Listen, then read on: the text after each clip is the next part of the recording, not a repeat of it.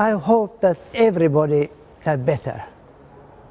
You can say that it's aphasia, paska juttu.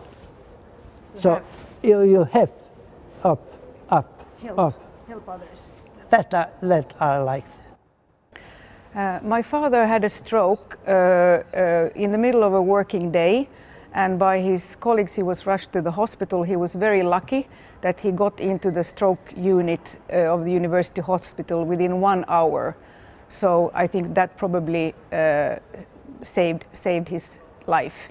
When a patient is hit by a stroke, this means that a part of his brain or her brain is not getting any blood anymore. So no nutrients, no oxygen, which means that that part of the brain is going to die if the circulation is not restored in time. The workshop that we organized today was about the needs to raise awareness on the early detection and screening of AF-related stroke because of the burden that it represents for society and for patients. The main causes of strokes are hypertension, diabetes, obesity, and one of the big one is atrial fibrillation. Atrial fibrillation is a cardiac arrhythmia. It's the most common heart rhythm disturbance, and it affects about 4.5 million people in the European community. The most common symptoms are shortness of breath, heart pumping sensation, dizziness, fatigue,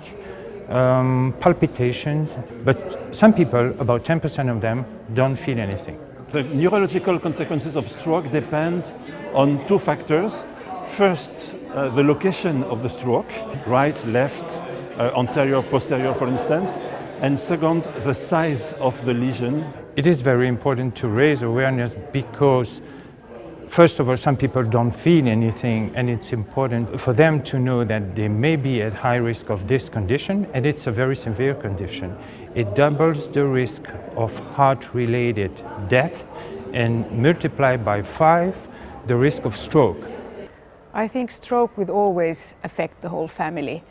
In the beginning we knew very little about what it was about, so it was, I think, it took years to really get adjusted. The event today about AF-related stroke was organized as part of a series of policy workshops, and we closed that series with an event in the European Parliament in order to have the message reaching out to MEPs. La prevenzione è un argomento importante su cui bisogna insistere per salvare le vite umane e soprattutto in termini di costi per i governi dell'Unione Europea, per l'istituzione europea.